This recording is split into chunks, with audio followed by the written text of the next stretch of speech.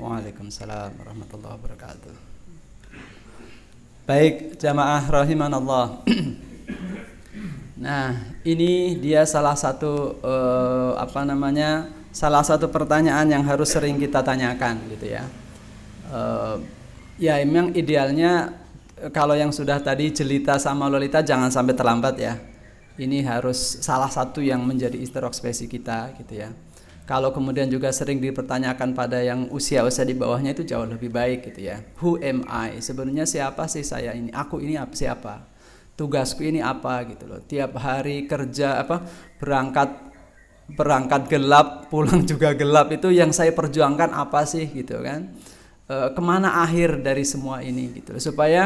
Supaya kita seperti yang saya sampaikan di video tadi itu jangan larut dengan ke aktivitas dunia yang kalau gembira jadi gembira terus, kalau sedih juga sedih berkepanjangan gitu ya. Mudah-mudahan usia 50 tahun ya, bahkan ada yang 40 tahun kan, life begins at 40 misalnya gitu kan, atau 50 tahun, 60 tahun, bahkan Rasulullah itu kalau sudah 60 tahun itu kalau itu sudah sudah saatnya untuk kemudian tunduk, ibaratnya seperti itu. Kalau 60 tahun juga belum tunduk, itu sudah ibaratnya sudah kecil kemungkinan untuk kemudian ya wal'iyadzubillah untuk tunduk selamanya gitu ya. Kalau sudah 60 itu sudah batas akhir gitu ya. Sehingga 50 itu masih ideal untuk kemudian mari kita mempertanyakan hal-hal yang kita ini apa, kita ini siapa dan seterusnya. Nah, kalau di bank ya kan, ada bank itu ada istilah apa? Nasabah prioritas gitu kan. Nah, ada nasabah prioritas tuh yang rekeningnya harus sekian juta dan mendapatkan fasilitas-fasilitas dan sebagainya. Nah, sekarang kita juga pengen berusaha menjadi hamba-hamba Allah yang Allah prioritaskan gitu ya. Nah, jamaah rahimanallah, kita lihat sebetulnya hamba atau budak itu, kosakata itu bermula kapan sih gitu ya. Saya mencoba waktu itu diskusi dengan teman-teman dan juga mencoba browsing gitu kan. Istilah ubud, sembahlah, itu kan berasal kata dari abdun yang artinya menghamba. Itu asal mulanya kapan? Karena kalau kita baca sejarah di sebagian gitu ya, karena pada masa Nabiullah Adam alaihissalam, pada masa Idris alaihissalam, alaihi salatu wassalam, itu kan belum ada kemusyrikan. Maksudnya manusia masih menyembah Allah, bahwa kemudian ada kemaksiatan, ada peperangan dan sebagainya, tapi kemusyrikan itu belum ada. Makanya sebagian ulama kemudian mengkategorikan bahwa Rasul itu mulanya dari Nabi Nuh alaihissalam. Nah, dari Nabi Nuh itulah kemudian istilah ubud, sembahlah, menjadi budaklah kamu bagi Allah, itu baru muncul. Karena kalau kita baca ayat-ayat Al-Quran berkenaan dengan Nabiullah Adam alaihissalam, belum ada dikenal istilah sembah. Boleh jadi juga maka istilah budak juga belum dikenal gitu loh pada zaman Nabiullah Adam alaihissalam. Lalu kalau kita baca sekelumit sejarah Nabiullah Idris ya, sejarah beliau memang tidak sebanyak sejarah nabi-nabi yang lain, terutama Nabi Musa yang hampir di banyak surat Nabi Musa dan Fir'aun itu terus diulang-ulang ya. Nabi Idris itu sedikit ya. Di antara sedikit itu yang saya pernah baca itu adalah perjuangan beliau berperang atau melindungi kaumnya, bahkan terpaksa harus hijrah gitu ya, menghadapi kaum keturunannya siapa?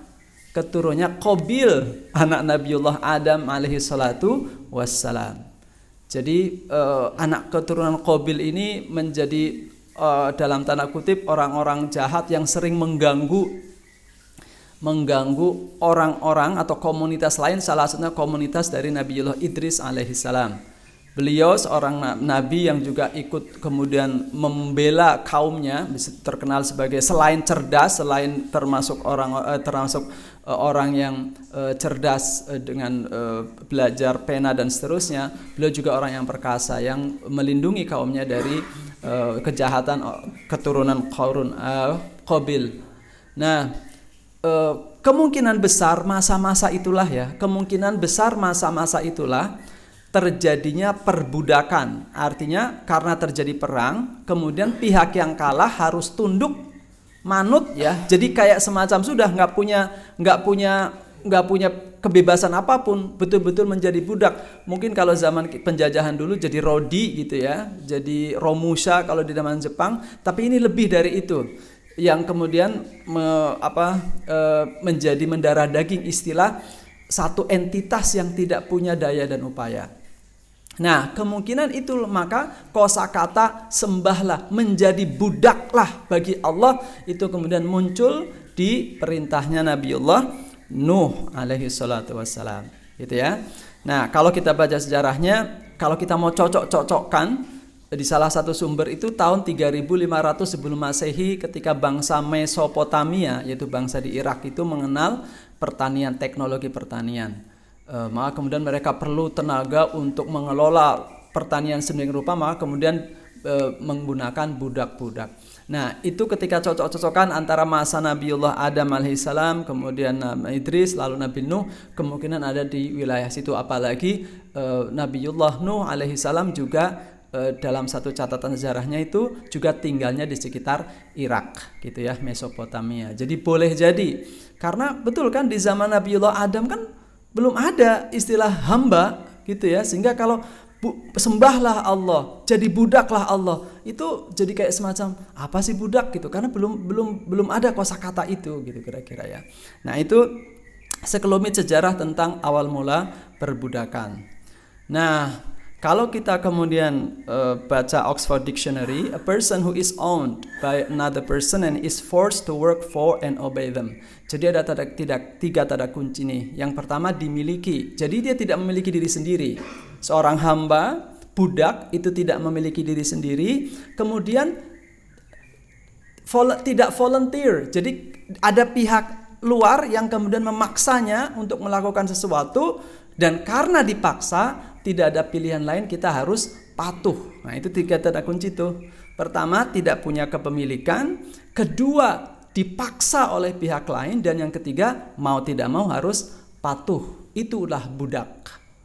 Hamba, jadi kalau kita menghamba, mengabdi, itu terang-terangan atau terselubung, itu ada tiga faktor ini sebetulnya. Kita dimiliki oleh orang lain, baik kita terpaksa, miliknya itu bisa penuh atau setengah atau seperempat, tapi intinya kita melakukan sesuatu bukan atas dasar keinginan kita voluntarily, tapi karena ada force, karena ada paksaan. Paksaan itu bisa saja betul-betul memaksa atau harapan, ya kan? Saya melakukan sesuatu untuk membahagiakan istri saya. Nah, itu kan sebetulnya juga ada sedikit keterpaksaan dalam tanda kutipnya, itu bukan keinginan pribadi, tapi ingin membahagiakan orang lain, kan gitu kan? Nah, jadi itu unsur-unsur yang ada dalam istilah budak. Nah, jika demikian, maka jamaah rahimanallah, dari 3 poin di atas, dimiliki orang lain, dipaksa untuk melakukan sesuatu orang lain, dan yang ketiganya itu kita tidak ada pilihan kecuali patuh, maka sebetulnya ya, dalam banyak hal kita juga adalah budak. Kita adalah hamba. Ya. Pertanyaannya memang, kita ini mau jadi hambanya siapa? Gitu kan? Mau jadi, kan cuma 2 kan di dunia ini, di dunia dan nanti di akhirat kan ada, kalau kita kategorikan, kalau kita globalkan kan hanya 2, yakni siapa? Jamaah rahimanallah. Ya apa? Iya, betul. Ciptaan Allah dan Allah itu sendiri, atau Allah dan makhluk. Jadi artinya kita pilihannya cuma 2, mau jadi hambanya Allah atau jadi hambanya makhluk-makhluknya Allah, baik kita sadari maupun tidak kita sadari. Ya. Oke, jamaah rahimanallah. Orang yang merdeka, sebagaimana saya sampaikan di video tadi, orang yang sebetulnya bebas, ya. Saya melakukan ini suka-suka saya lah segala macam ya. Saya nggak mau ini, nggak mau itu, suka-suka saya. Ketika orang itu mengatakan suka-suka saya, sebetulnya dia juga sedang diperbudak oleh diri sendiri, oleh kemauan-kemauan. Kata kita dalam istilah bahasanya hawa nafsunya gitu loh. Sampai dibela-belain melakukan hal-hal yang di luar nalar kita gitu ya. Bayangkan sudah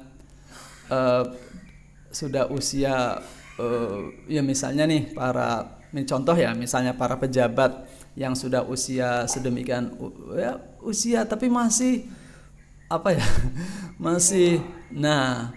masih punya gairah luar biasa untuk korupsi misalnya. Padahal kalau dipikir uang miliaran triliunan itu dia hidupnya cuma berapa tahun lagi, memang mau dimakan semua. Ya kan? Kok bisa melakukan itu? Itu kan karena yaitu tadi, sebetulnya dia sedang diperbudak oleh hawa nafsunya. Maka sebetulnya jamaah rahimanallah, orang yang merdeka adalah orang yang menghambakan dirinya hanya kepada Allah Subhanahu wa taala. Nah, di antara istilah hamba atau kajian hamba, sedikit kajian hamba atau abdun adalah yang dipaparkan atau yang diterangkan oleh Dr. Quraisy Shihab dalam tafsir Al-Misbahnya di jilid 1 ini surat Al-Fatihah ya. Kan di surat Al-Fatihah itu dari 7 ayat itu kan ada ada satu kata tentang budak, ada satu kata tentang hamba. Yakni ayat keberapa itu? Iyyaka na'budu. Nah itu kan, hanya kepada Engkau kami menjadi budakmu, kami menyembahmu, kami menjadi abdimu. Nah, coba kita lihat apa yang beliau jelaskan dalam kitab tafsirnya. Menurut beliau, hamba atau abdun, ain, ba dan dal itu ada akar kata itu mempunyai makna di antara dua makna ya, yang menggambarkan kekokohan ya, kekuatan, tapi sekaligus menggambarkan kelembutan. Jadi bisa berarti anak panah yang ujungnya itu lebar. Anak panah itu kan berarti menggambarkan kekokohan gitu ya. Tapi di saat yang sama abdun itu juga berarti tanaman bunga yang menyebarkan bau yang harum. Jadi abdun itu menurut beliau dari kata ini adalah anak panah yang harus siap oleh sang tuan, mau diarahkan kemana dia harus kokoh, harus kuat, sehingga bisa diarahkan untuk mencapai tujuan sang tuan untuk mentarget apa. Jadi sang tuan pengen targetnya apa, si anak panah ini harus bisa mencapai itu dengan segala kekokohannya. Oke? Tapi di saat yang sama, ketika sang abdun itu melesat mencapai tujuan yang sudah ditetapkan oleh sang tuan, atau dalam konteks ini kita semua yang sudah diperintahkan oleh Allah untuk menuju satu titik ya, kita harus kokoh, harus tegar, harus kuat sebagai seorang hamba.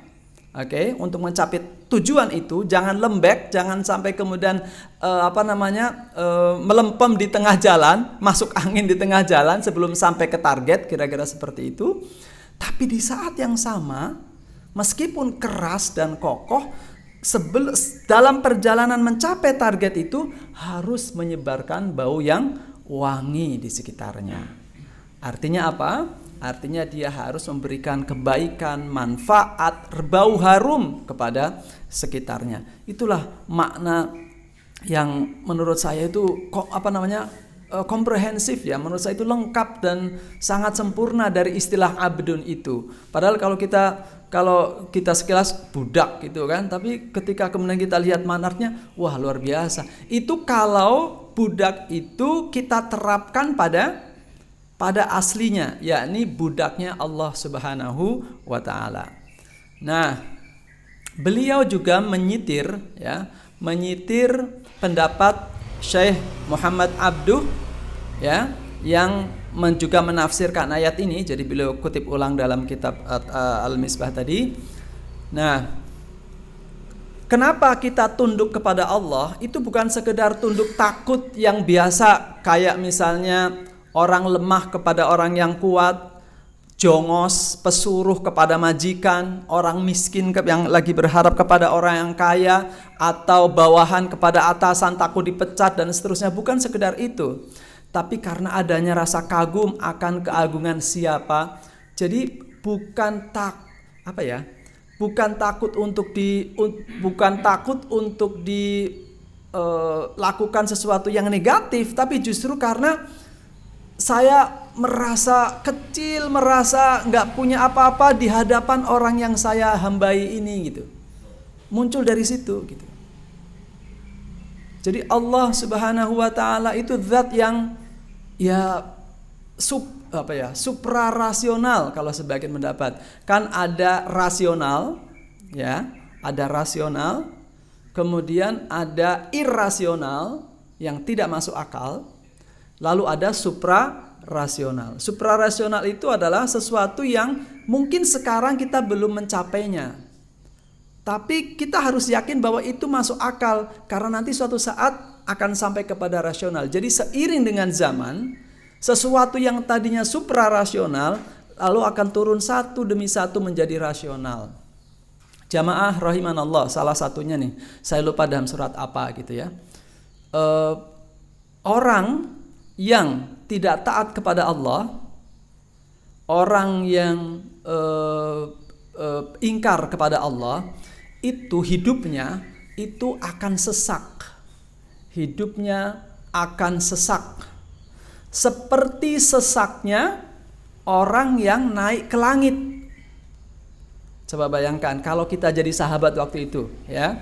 Kita jadi sahabat kroco-kroconya lah. Ya kan? Ya kalau sahabat-sahabat besar Abu Bakar, Umar dan seterusnya itu, wah kayaknya kualitasnya sangat-sangat jauh lah dari kita ya, sangat-sangat jauh. Kira-kira kita jadi sahabat apa? Kalau kita hidup di masa Rasul coba. Ada nggak kira-kira nama kita di antara sekian hadis yang dari Bukhari, dari Imam Bukhari, dari A, dari si B, terus dari sahabat siapa? Sahabat Aceng gitu kira-kira gitu kan? Kalau kita jadi sahabat Rasulullah Sallallahu Alaihi Wasallam waktu itu, ketika mendengar ayat itu, apa hubungannya antara hidup sesak dengan naik ke langit? Kan nggak tapi kan harus percaya. Kan harus percaya bahwa orang yang sesak dadanya itu seperti orang yang naik ke langit. Ya sudah, sami'na wa ta'na, saya percaya. Tapi teknologi manusia belum mencapai waktu itu. Sehingga kemudian di zaman sekarang ketika kita tahu bahwa kemudian ada atmosfer, semakin ke atas atmosfer semakin tipis. Sehingga ketika kita semakin ke atas, kita akan merasakan sesak. Terbukti ayat Al-Quran itu. Yang tentu di zaman itu belum terbukti. Nah itu yang namanya suprarasional. Sesuatu yang belum kita nyampe ke sana. Beda dengan irasional. Beda ya. Irasional itu sudah dari awal sudah jelas nggak masuk akal gitu. Jangan duduk di atas bantal. Jangan duduk di atas bantal nanti bisulan. Nah, kalau kayak gitu itu sudah nggak ada kaitannya sama sekali kan. Nah, itu namanya irrasional. Jadi irrasional, rasional dan suprarasional. Nah, jadi zat yang suprarasional itu saking agungnya jadi kita manut itu bukan karena takut karena nanti diapa-apain, tapi justru karena saking luar biasanya, gitu ya. Nah sama keyakinan bahwa pengabdian ini tertuju pada kekuasaan yang tidak terjangkau hakikatnya. Tadi contohnya ya, sesuatu banyak hal yang kemudian semakin kesini terbukti bagaimana Islam sebagai agama yang sempurna, insyaallah. Nah, lalu ini kepemilikan hanya pada sang tuan menurut Imam Ja'far As-Siddiq. Nah, ini Quraisy Shihab menyitir Al-Imam Al-Ghazali dalam salah satu kitabnya, mengutip lagi. Jadi Imam Ja'far As-Siddiq mengatakan sesuatu, dikutip oleh Al-Ghazali dalam kitabnya, terus dikutip lagi oleh Quraisy Shihab dalam tafsir ini karena sangat menjelaskan tentang bagaimana tentang hamba tadi gitu ya. Bahwa budak itu kepemilikannya hanya sang tuan. Jadi kita nggak punya apa-apa. Kalau ditanya Anda punya apa?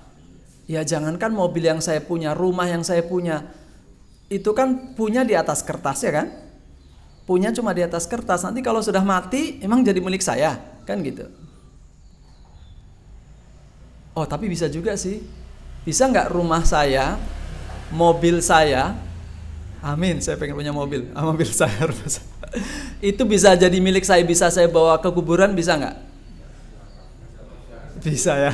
Kalau diwakafkan kan, nah, pertanyaannya mau nggak? Mau nggak rumahnya diwakafkan, terus mobilnya diwakafkan, gitu kira-kira. Tapi intinya memang tadi ya, bahwa kita sebetulnya tidak punya apa-apa, semuanya milik Allah Subhanahu wa taala. Sehingga kita adalah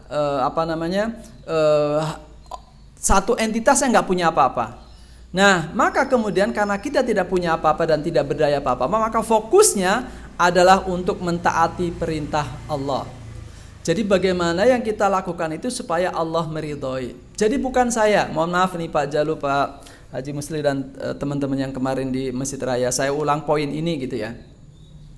Jadi ketika melakukan sesuatu, ketika kita melakukan ibadah sesuatu, fokusnya bukan pada apa yang saya dapatkan gitu loh. Oke ya, fokusnya bukan pada apa yang saya dapatkan. Oke, Anda kamu mau nggak puasa? Puasa Ramadan maupun puasa sunnah. Emang kenapa harus puasa gitu? Kenapa harus puasa? Nah itu pertanyaan kenapa harus puasa, maka jawaban yang paling yang harusnya gimana? Kalau pertanyaan kenapa harus puasa? Jawabannya karena itu perintah Allah. Nah, itu sudah jawabannya optimal tuh. Ya.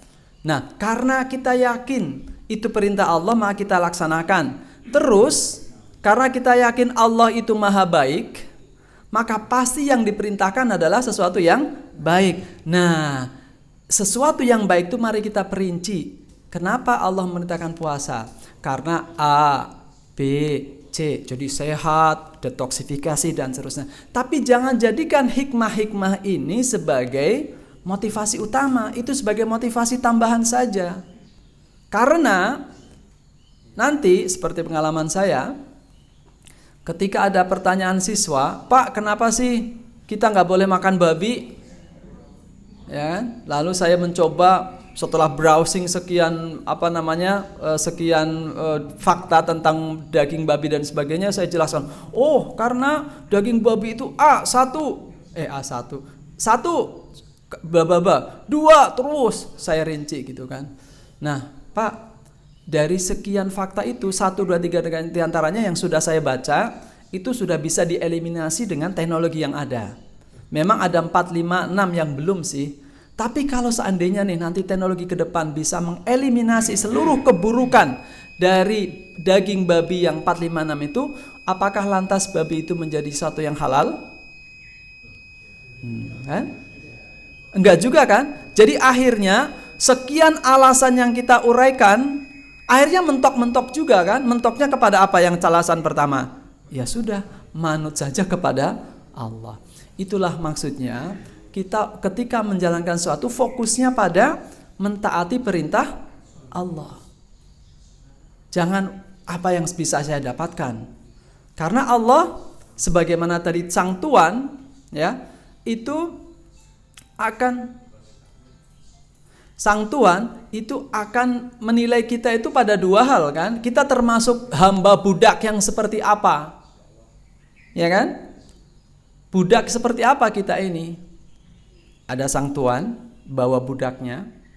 Ini ceritanya Gus Baha nih. Saya kutip di sini ya. Ada sang tuan membawa budaknya. Kemudian budaknya disuruh cung. Nah, kalau Gus Baha kan sebenarnya bilangnya cung gitu kan. Nah, ini batu besar ini diangkat. Nah, budak yang pertama langsung tanpa bak bibu langsung mengangkat batu itu. Setelah diangkat, ternyata di bawahnya ada apa? Ada emas banyak. Ya sudah, sebagian emasnya diambil sang tuan, sebagiannya nih dikasih sebagai upah kamu karena taat. Nah, itu budak tipe yang pertama. Lalu ada budak tipe yang kedua, adalah ketika diperintah oleh tuannya untuk sama melakukan hal yang sama. Ini tolong, Cung, ini batu ini diangkat. Budak ini nggak langsung melakukan, langsung, Tuan, kenapa saya harus ngangkat batu ini? Kan besar, berat. Terus kayaknya apa sih untungnya? Wong kita nggak mau duduk di atas batu bisa, mau jalan ini nggak terhalang batunya. Apa sih gitu kan? Apa sih alasan saya harus mengangkat batu ini?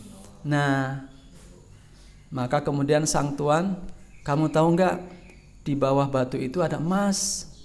Nanti emas itu sebagian untuk kamu.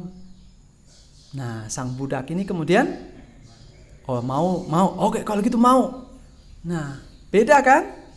Antara yang pertama orientasinya pada Allah, pada sang tuan, pokoknya saya membahagiakan tuan, dan ujung-ujungnya kan dapat juga. Sementara hamba yang kedua melakukannya bukan atas dasar taat, percaya pada sang tuan, tapi pada apa? Pada hasil, pada untuk saya apa? Gitu kan? Sehingga kemudian tentu pengennya kita menjadi tipe hamba-hamba yang pertama. Oke ya. Nah, yang kedua, Dr. Quresyab juga kemudian menyebutkan kaum sufi itu membedakan antara ibadah dan ubudiyah. Ibadah dan ubudiyah itu dibedakan. Kalau ibadah itu melakukan segala sesuatu yang membuat Allah ridho. Jadi kita melakukan banyak hal bagaimana supaya Allah ridho. Tapi kalau ubudiyah itu adalah kita meridhoi apapun yang Allah berikan kepada kita. Nah, lebih berat mana nih? Yang atas atau yang bawah? Lebih berat mana? Jamaah rahimanallah. Ayo. Melakukan yang atas, kita ya sholat, ya pokoknya gimana supaya Allah senang. Atau apapun yang terjadi pada diri kita, dari mulai usia kita tadi kecil, remaja, dewasa, dan sekarang sudah jelita, lolita, mayoritas kita misalnya gitu ya. Sekian banyak itu, kita harus ridho. Kira-kira lebih mudah yang pertama apa yang kedua? Lebih mudah yang pertama. Ya meskipun yang pertama susah juga, tapi dibandingkan yang kedua kan lebih susah yang kedua. Bayangkan semua, ya, misalnya kena apa gitu kan langsung, itu aja sudah apa? Ada sedikit protes kan kepada Allah. Aduh, apa sih ini gitu kan? Saya pernah cerita barangkali ya. Keluar pagi-pagi mau ke sekolah. Ini sebelum sakit dan masih makan roti-rotian yang enak itu, donat yang enak itu ya. Wah, luar biasa. Nah, Pak Agus tahu ke sebelah saya itu kan pembuat roti kan ya, Pak Agus ya. Nah, mau ke sekolah, ya kan? Kemudian mau ke sekolah sudah bawa bekal untuk sarapan sih, terus tiba-tiba tetangga sebelah yang membuat roti, yang punya homemade roti gitu ya, ngirimkan beberapa potong roti yang enak-enak yang saya suka, gitu kan. Nah, kita senang nggak kira-kira? Senang dapat roti gitu kan. Nah, ketika senang, siapa yang kita pikirkan? Yang terlintas dalam pikiran kita siapa? Tetangga kan, tetangga yang baik kan? Alhamdulillah tetangga saya baik. Oke. Besok paginya nih, ketika saya mau ke sekolah, pagi subuh tadi itu habis dari Masjid Raya itu pulang subuh itu motor udah saya bersihkan tuh, udah dicuci dan sebagainya. Begitu keluar rumah, hujan. Langsung, hujan. Ada rasa protes. Kita protesnya ke siapa? Ke siapa? Bayangkan kan, yang bikin hujan siapa?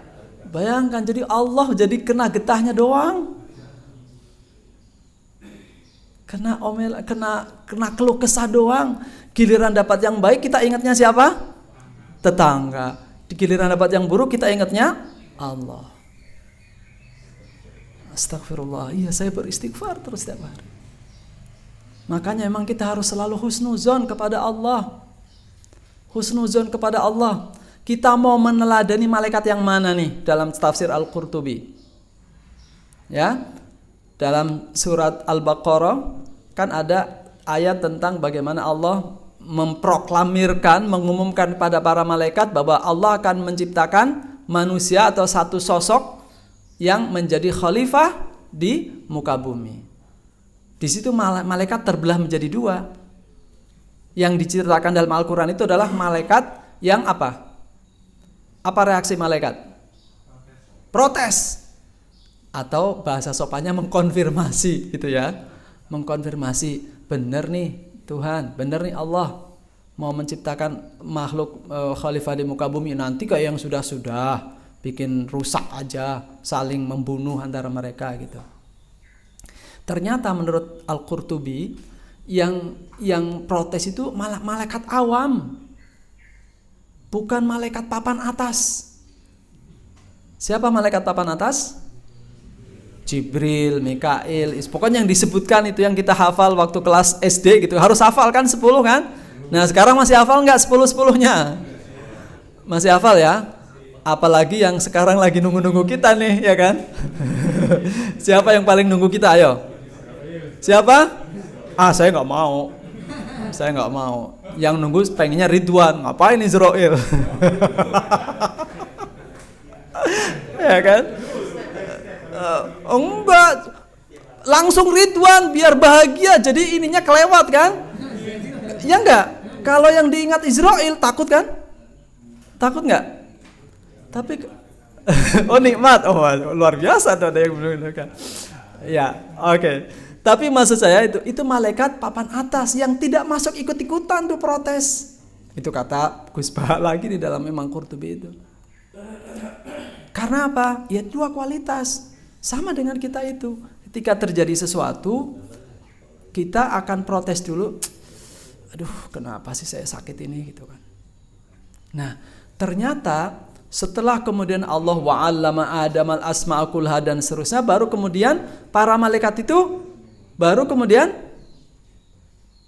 setelah mengakui ternyata ini toh ada atau sosok ini toh yang akan jadi pemimpin. Kan kalau kita ilustrasikan setelah diajar oleh Allah, Adam kira-kira presentasi alaihissalam. Presentasi jadi pemimpin nanti di bumi, apa yang akan kamu lakukan? Kan kira-kira seperti itu nih ilustrasinya ya. Maka beliau bisa menjawab semua pertanyaan malaikat. Maka kemudian malaikatnya, pantaslah kalau gitu ini jadi khalifah. Nah, malaikat-malaikat awam yang tadi meragukan, ya, ujung-ujungnya kalimatnya apa? Pantas. Jadi reaksinya apa? Iya. Aduh pantesan. Iya, kenapa dulu saya sakit ya? Kenapa dulu saya nggak tinggal di situ ya? Kenapa dulu? Ini toh rupanya. Jadi orang yang tidak dari awal husnuzon kepada Allah, ujung-ujungnya kalimatnya seperti itu. Iya ya. Beda dengan yang pertama, yang dari awal itu udah saya percaya sama Allah, pas yang terbaik. Maka ujungnya kalimatnya adalah nah, betul kan? Nah, jadi antara nah betul kan dengan itu beda kan? Kalau para malaikat itu karena makhluk yang baik dikasih buktinya langsung ketika masih ada. Nah, kalau kita nggak tahu kan? Jangan sampai kita itu ketika kita sudah nggak ada, sudah mati, baru setelah di alam barzah baru itu toh ternyata, aduh kenapa dulu saya. Sebelum itu terjadi, mari kita teladani malaikat-malaikat yang papan atas tadi, yang dari awal kita berhusnuzon kepada Allah Subhanahu wa taala. Dengan cara apa? Ini menurut kaum sufi meridhoi apapun yang ditakdirkan oleh Allah Subhanahu wa taala. Dan yang terakhir, ya ini sebetulnya masih separuh tapi karena waktu kita sudah terbatas, motivasi ibadah nih menurut para sufi nih. Motivasi ibadah adalah takut dari neraka dan rindu akan surga. Jadi kalau kita masih di level ibadah tadi, ya, itu motivasinya cuma 2. kita takut masuk neraka atau pengen masuk surga. Itu kalau motivasi ibadah. Tapi motivasi ubudiyah menurut kaum sufi ini adalah digerakkan oleh rasa cinta untuk bercengkrama dengan sang Rabb, dengan Allah. Jadi sudah gak peduli tuh mau di surga, mau di neraka, yang penting saya bisa bercengkrama, bisa bermesraan dengan Allah. Karena dimanapun tempatnya, ya kan? Kalau kita bersama dengan orang yang kita cintai, yang kita sayangi, jadi enak gak tempatnya? Iya kan? Coba Anda, kita ditraktir oleh orang yang sangat kita benci, ditraktir di tempat yang paling mewah. Tapi orang itu paling kita benci, paling kita gak suka, dan kita disuruh makan atau bareng dia, ya, di tempat yang paling mewah pun, kita kira-kira seneng gak? Enggak. Makan gak bisa nelen malah, ya kan? Tapi kalau dengan orang yang kita suka, yang kita cinta, di warteg pun rasa restoran kan? Iya, gitu. Itulah ubudiyah gitu. Pengalaman. Nah, maka ternyata ada yang lebih terakhir. Maka nih dalam kitab Fathur Rabbani ini ya. Maka bagi orang-orang kayak Syekh Abdul Qadir Al-Jilani itu, ya. Al-Jailani atau Al-Jilani gitu ya. Itu bagi beliau itu sudah nggak ada bedanya tuh. Karena kan tadi cuma dua kholik atau makhluk kan. Maka surga dan neraka akhirat itu makhluk atau bukan? Makhluk. Maka itu bukan tujuan. Tujuan saya kholik, kata Syekh Abdul Qadir. Tujuan saya kholik. Jadi kalau saya gitu kan masih, aduh gimana supaya saya akhiratnya bagus ya Allah, supaya bisa masuk surga ya saya. Ya boleh nggak begitu? Boleh banget. Ya boleh. Ya memang itu motivasi dalam Al-Quran juga demikian. Tapi orang-orang kayak Syekh Abdul Qadir sudah beyond itu, sudah di luar itu, sudah di atas itu. Karena ketika masih berharap surga dan neraka, berarti masih berharap kepada makhluk. Gitu ya. Baik, jamaah rahimanallah. Demikian sekelumit yang bisa saya sampaikan tentang bagaimana kita menjadi hamba-hamba Allah Subhanahu wa taala. Mudah-mudahan sekelumit ini terutama bagi saya sendiri bisa menyadarkan diri saya untuk bersiap-siap nih menghadapi hari-hari ke depan. Semoga menjadi hamba Allah yang diprioritaskan oleh Allah Subhanahu wa taala, dan mudah-mudahan juga bermanfaat bagi jamaah sekalian. Mohon ampun kepada Allah Subhanahu wa taala atas segala kesalahan, dan minta maaf kepada jamaah sekalian atas segala kekhilafan, kepada kesalahan. Assalamualaikum warahmatullahi wabarakatuh.